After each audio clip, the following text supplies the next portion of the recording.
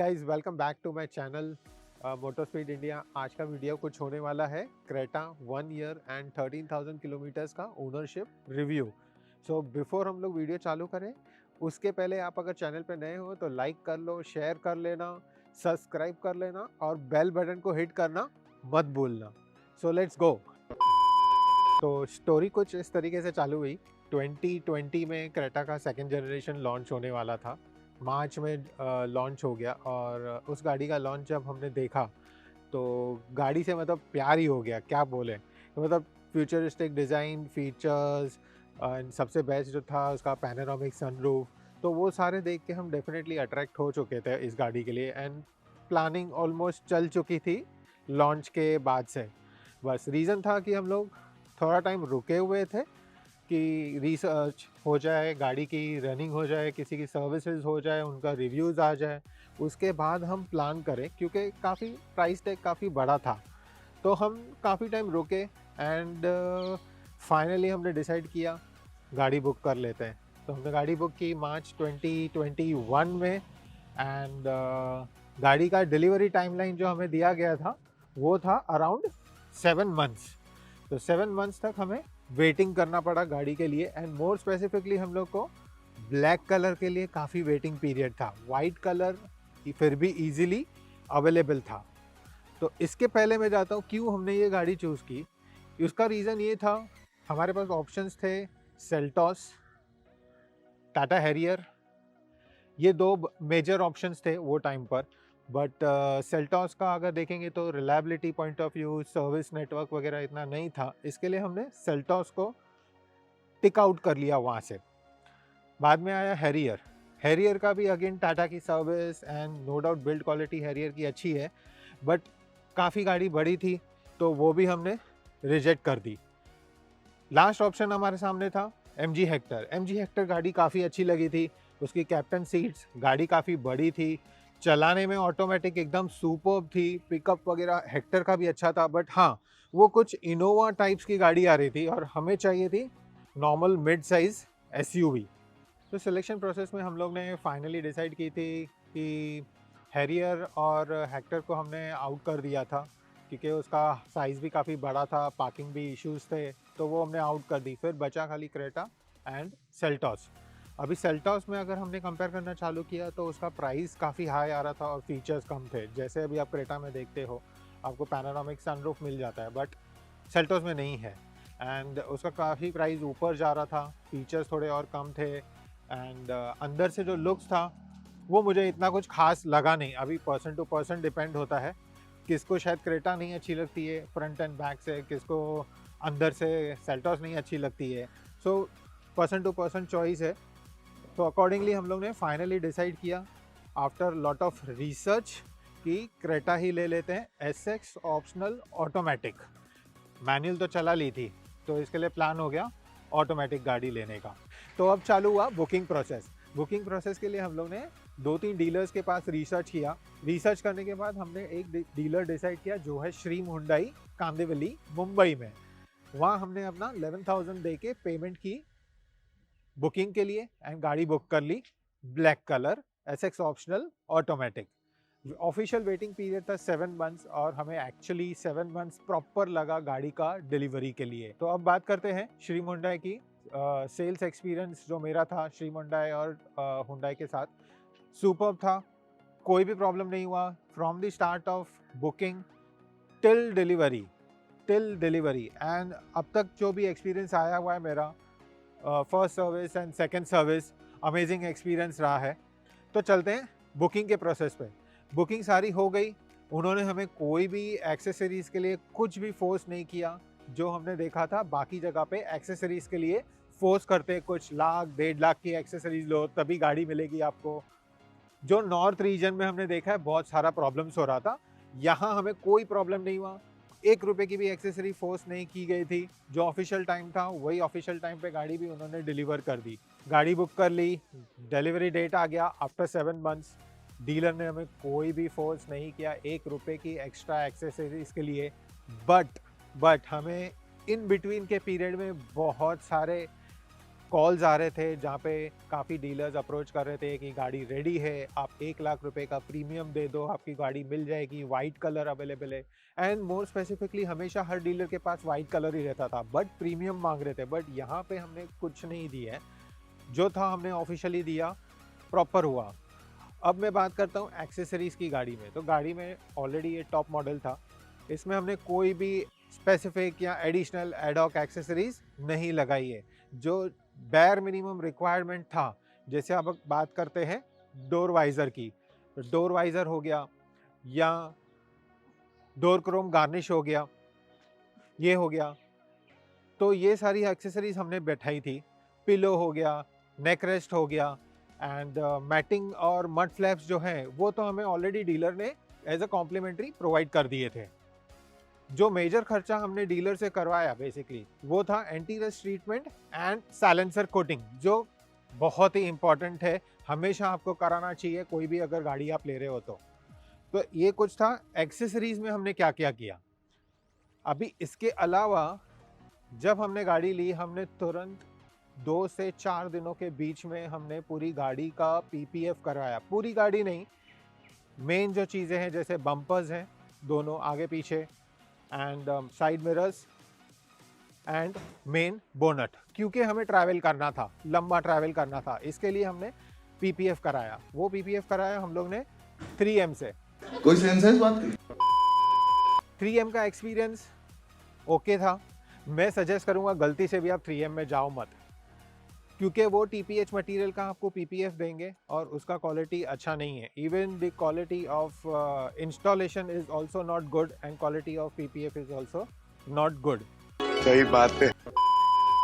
तो पीपीएफ के चक्कर में हमें लग गया कुछ अराउंड 35-38,000 का कुछ एक्सपेंस हो गया था, एंड डीलर से अराउंड हमने खर्चा कराया कुछ 10 to 12,000 टोटल कुछ चार्जेस लगा था उसका, accessories including anti rust treatment and silencer coating.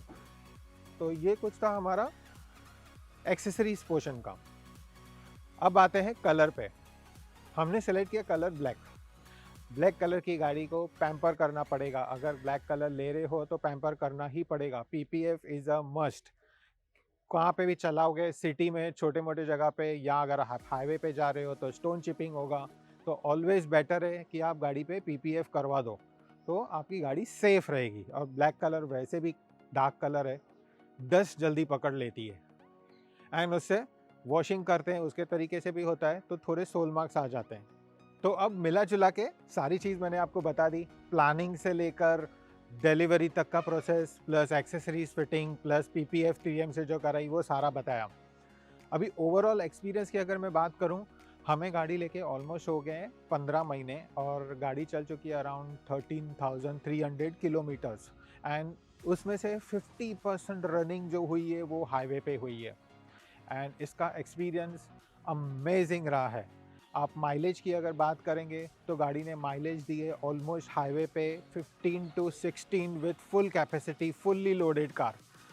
और अगर आप सिटी में चला रहे हो, सिटी में नॉर्मल हाईवे पे चला रहे हो, डे इन डे आउट चला रहे हो, तो आपको देगी गाड़ी 12 की माइलेज, 12 से 13 की माइलेज मिल जाएगी आपको।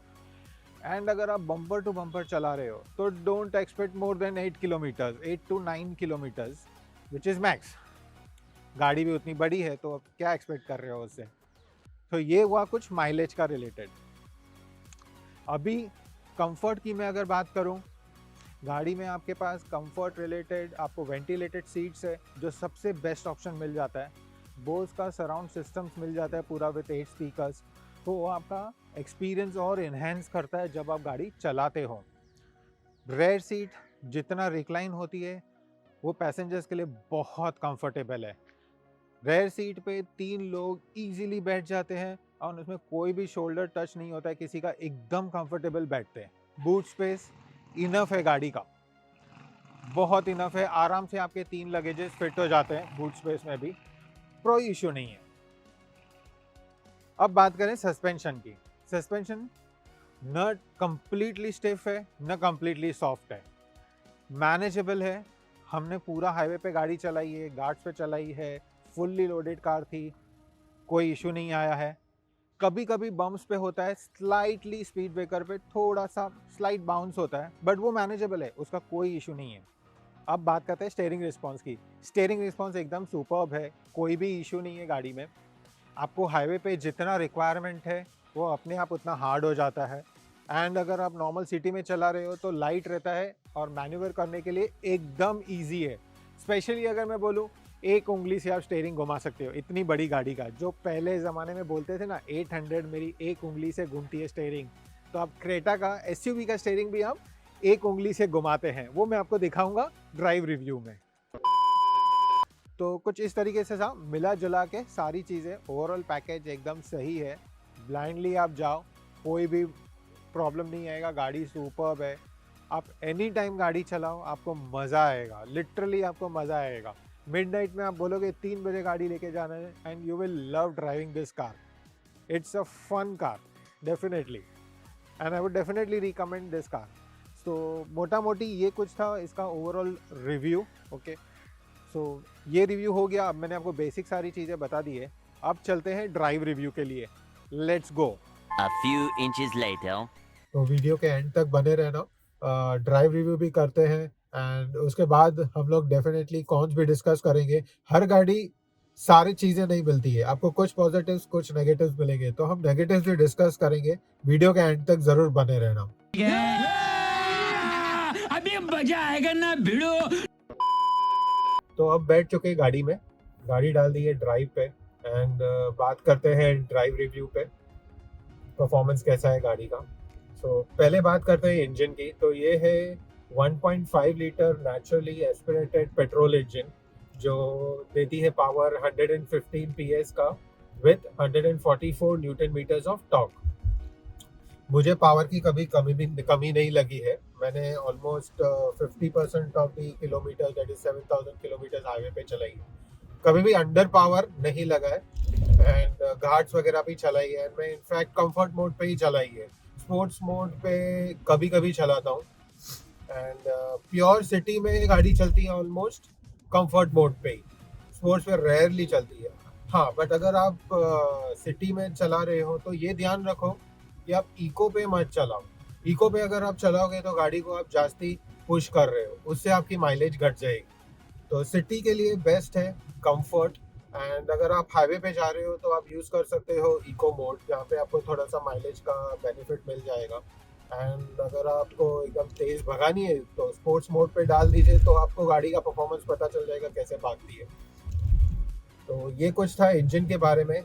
इंजन काफ़ी रिफाइंड है, मैं बात करूँ तो ज़रा भी नॉइज़ नहीं आता है एंड यस, कुछ नॉइज़ आपको पता चलता है, रोड नॉइज़, बट वो कवर अप हो जाता है। आपके पास है 8 स्पीकर बोस सिस्टम, जो आप म्यूजिक चला लोगे तो बस हो चुका, तो कुछ नॉइज़ पता ही नहीं चलेगा, आराम से चलो, रोड नॉइज़ नहीं आएगा आपको। तो ये कुछ था इंजन के रिलेटेड। अब मैं बात करूँ राइड क्वालिटी। गाड़ी की राइड क्वालिटी अच्छी है। सस्पेंशन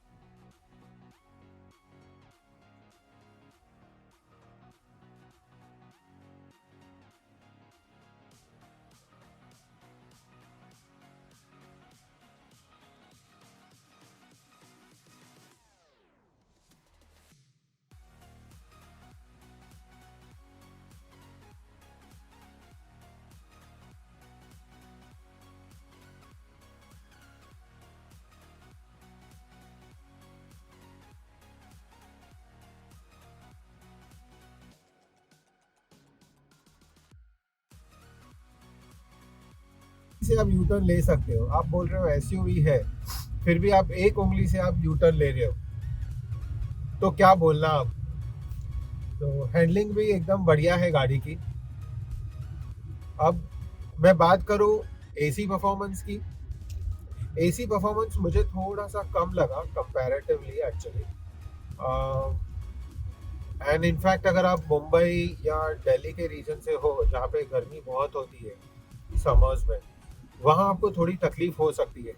तो वो सिनेरियो में आप क्या कर सकते हो, आप कनेक्टेड, आपके पास टेक्नोलॉजी है ब्लू लिंक, एंड आप गाड़ी जो है ब्लू लिंक के थ्रू गाड़ी चालू कर दीजिए, एसी चालू कर दीजिए 5 मिनट पहले उतरने के लिए, बस तो आपका प्रॉब्लम सॉल्व हो जाएगा।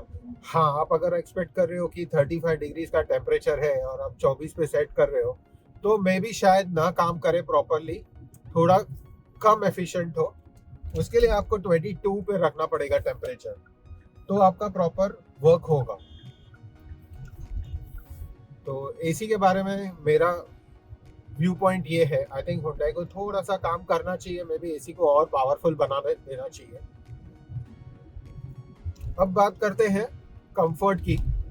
तो ड्राइवर साइड का कंफर्ट एकदम बढ़िया है, मुझे वेंटिलेटेड सीट्स मिल जाती है आगे, एंड बोस्टिंग वगैरह सीट्स की सही है। आप अगर लॉन्ग ड्राइव पे जा रहे हो, 500 से 1000 किलोमीटर कर रहे हो, तो कोई थकावट गाड़ी में नहीं होती है चलाने वाले को, न बैठने वाले को रेयर सीट पे।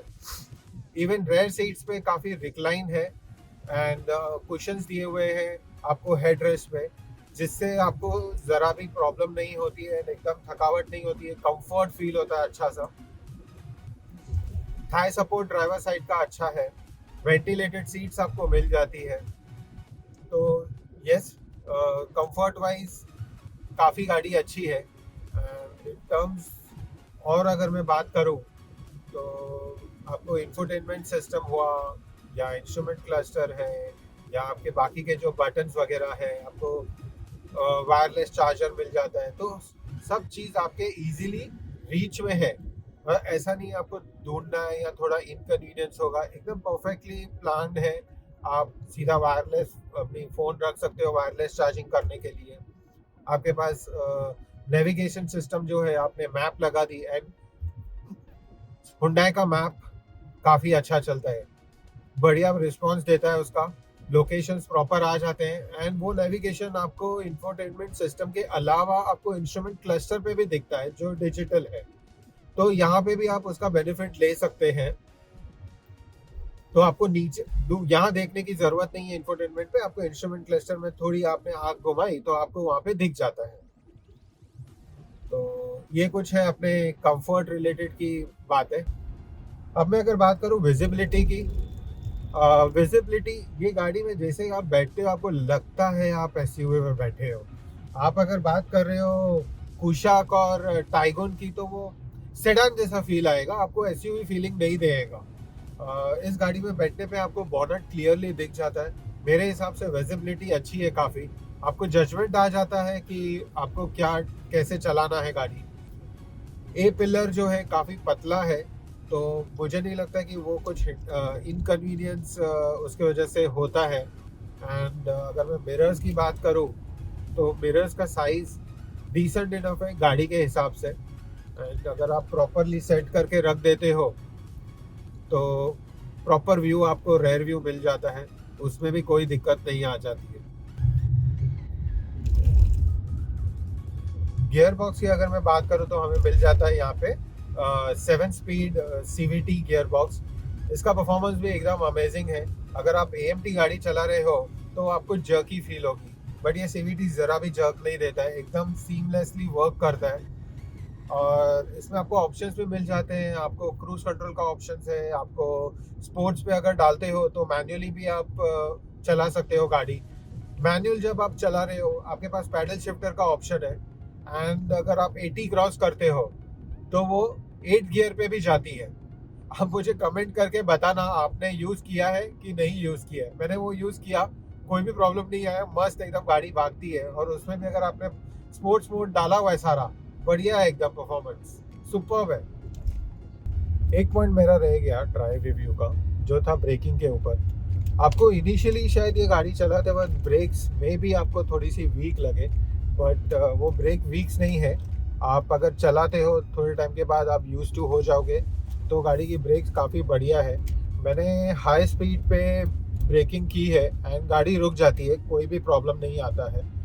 चारों डिस्क हैं, चारों टायर्स में डिस्क ब्रेक आते हैं इस पर्टिकुलर मॉडल में। तो यस, तो ब्रेकिंग का भी मुझे कुछ इशू इतना लगा नहीं, सब सही लगा। तो ये आपने देखा ड्राइव रिव्यू गाड़ी का। अब आ जाते हैं हम कॉन्स की तरफ। डेफिनेटली हर गाड़ी में कॉन्स भी होते हैं, कोई भी गाड़ी 100% परफेक्ट नहीं है। आप कोई भी गाड़ी ले लो, सारी गाड़ियाँ अच्छी है, बट किस में पॉजिटिव किस में नेगेटिव सब में होंगे आपको। तो क्रेटा के भी नेगेटिव्स हैं, तो वो हम बात करते हैं जो मुझे स्पेसिफिकली लगे। अगर मैं फर्स्ट पॉइंट बोलूँ तो सबसे फर्स्ट पॉइंट रहेगा उसकी हेडलाइट। हेडलाइट काफ़ी वीक है, तो अभी उसका सॉल्यूशन है, हम लोग बात करते हैं। फॉग लाइट पे बहुत जगह पे मैंने देखा है आफ्टर मार्केट में एलईडी वगैरह लगवा देते हैं, तो उससे थोड़ा बहुत पर्पस सॉल्व हो जाता है। या अगर आपका बेस मॉडल है तो वहाँ पे आप प्रोजेक्टर में एलईडी या वगैरह एचआईडी वगैरह के थ्रू आप अपग्रेड कर सकते हो, जो पावरफुल लाइट हो जाती है। बट अगर आपके पास टॉप एंड मॉडल है, ट्रायो बीम है, तो वो केस में आपको खाली फॉग लाइट अपग्रेड करने का ऑप्शन रहेगा। इधर प्रोजेक्टर डालिए या तो आप एलईडी डालिए, बट अगेन वो आपका पर्सनल चॉइस है। वारंटी वॉइड होता है, वो आपको चेक करना पड़ेगा, कोई भी वायर कट ना हो। तो मेरे हिसाब से first drawback is the lights. Second drawback जो मुझे लगा, request sensor on the passenger side door is not given. I think ये बहुत ज़रूरी है। इतनी एक्सपेंसिव गाड़ी अगर आप दे रहे हो, 20 लैक्स प्लस का प्राइस है, तो खाली ड्राइवर साइड पे नहीं होना चाहिए, आइडियली वो दोनों साइड्स पे होना चाहिए, दोनों डोर्स पे दिया जाना चाहिए। थर्ड लगा मुझे सी पेन। आप यूएसबी दे दिया है, but I think C pin भी होना चाहिए, क्योंकि बहुत बार अब सारे सैमसंग फोन्स बोलो या एप्पल फोन्स बोलो, सब में सी पेन बेसिकली यूज होता ही है। तो I think C pin should have been provided in this type of segment of car. तो मेरे हिसाब से जो तीन मेन कॉन्स हैं जो है वो हेडलाइट, टाइप सी पोर्ट, सी पेन पोर्ट होना चाहिए, and second request sensor on the second door. ये तीन चीज़ें तो डेफिनेटली कंपनी को देनी चाहिए। उसके अलावा जो कॉन्स मुझे फील हुआ ये गाड़ी में होना चाहिए, वो है टेलीस्कोपिक स्टीयरिंग। टिल्ट दिया, टेलीस्कोपिक नहीं दिया है। Centre headrest on the rare seat वो नहीं है, वो मिसिंग है। ऑटो रेन सेंसिंग वाइपर्स वो होना चाहिए ये सेगमेंट की गाड़ी में। And lastly I think 360 degree camera भी देना चाहिए। ऐसा एक्सपेक्टेड है कि जो क्रेटा की फेस लिफ्ट आने वाली है, मे बी 2024 में जो पुश हो गई है अभी, उसमें शायद 360 डिग्री कैमरा एंड एडएस वगैरह के फीचर्स गाड़ी में आ जाएंगे। तो बस ये था कुछ गाड़ी का ownership review. Around 13,500 kilometres and 15 months का हमारा एक्सपीरियंस है। ओवरऑल पैकेज में अगर बात करूँ तो ये गाड़ी बेस्ट है।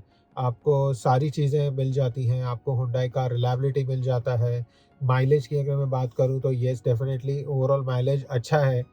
एक्सक्लूड कर दीजिए आप अगर सिटी की कोई गलियों में चला रहे तो डेफिनेटली माइलेज नहीं मिलेगी, बट हाँ ओवरऑल अच्छा माइलेज है, कंफर्ट अच्छा है, फीचर्स अच्छा है, हुंडई का रिलायबिलिटी है, तो definitely I would recommend this car. हाँ, बाकी गाड़ियों में अगर आप बात करते हो तो आपको ऑप्शंस वैसे अगर आप देखोगे तो आपको इधर एफिशिएंसी चाहिए तो मारुति की तरफ चले जाइए, आपको फीचर्स चाहिए हुंडई चाहिए तो हुंडई की तरफ जाइए, आप बोलोगे सॉलिड बिल्ड मुझे चाहिए तो कुशाक एंड टाइगोन है, हैरियर है, आप वो भी प्रेफर कर सकते हो, वो भी गाड़ियाँ बुरी नहीं है। बट हर एक का अपना अपना प्रेफरेंस रहेगा, आपका रिक्वायरमेंट क्या है उसके हिसाब से गाड़ी परचेज कीजिए। तो ये था हमारा ओवरऑल रिव्यू।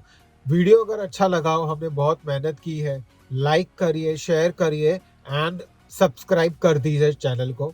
चैनल पे नए हो तो डेफिनेटली सब्सक्राइब कर देना और बेल आइकन हिट करना मत भूलना। लास्टली अगर आपको लगता है कि आपको अपनी गाड़ी का ओनरशिप रिव्यू करना है तो डिस्क्रिप्शन बॉक्स में मैंने लिंक दे दी है, वो फिलअप कर दीजिए एंड हम आपको कांटेक्ट करेंगे एंड आपकी गाड़ी का भी ओनरशिप रिव्यू कर सकते हैं। और अगर आपको लग रहा है कि आप थोड़े कंफ्यूज हो कौन सी गाड़ी लेनी चाहिए, तो हम लोग at a free of cost, हम कोई 1 रुपया नहीं आपसे चार्ज करेंगे। आप मुझे स्पेसिफिकली खाली वो आंसर्स दीजिए जो हमारे डिस्क्रिप्शन बॉक्स में लिंक दी जाएगी एंड हमको गाइड करेंगे हम आपको कौन सी गाड़ी आपको लेनी चाहिए। So thanks for watching this video.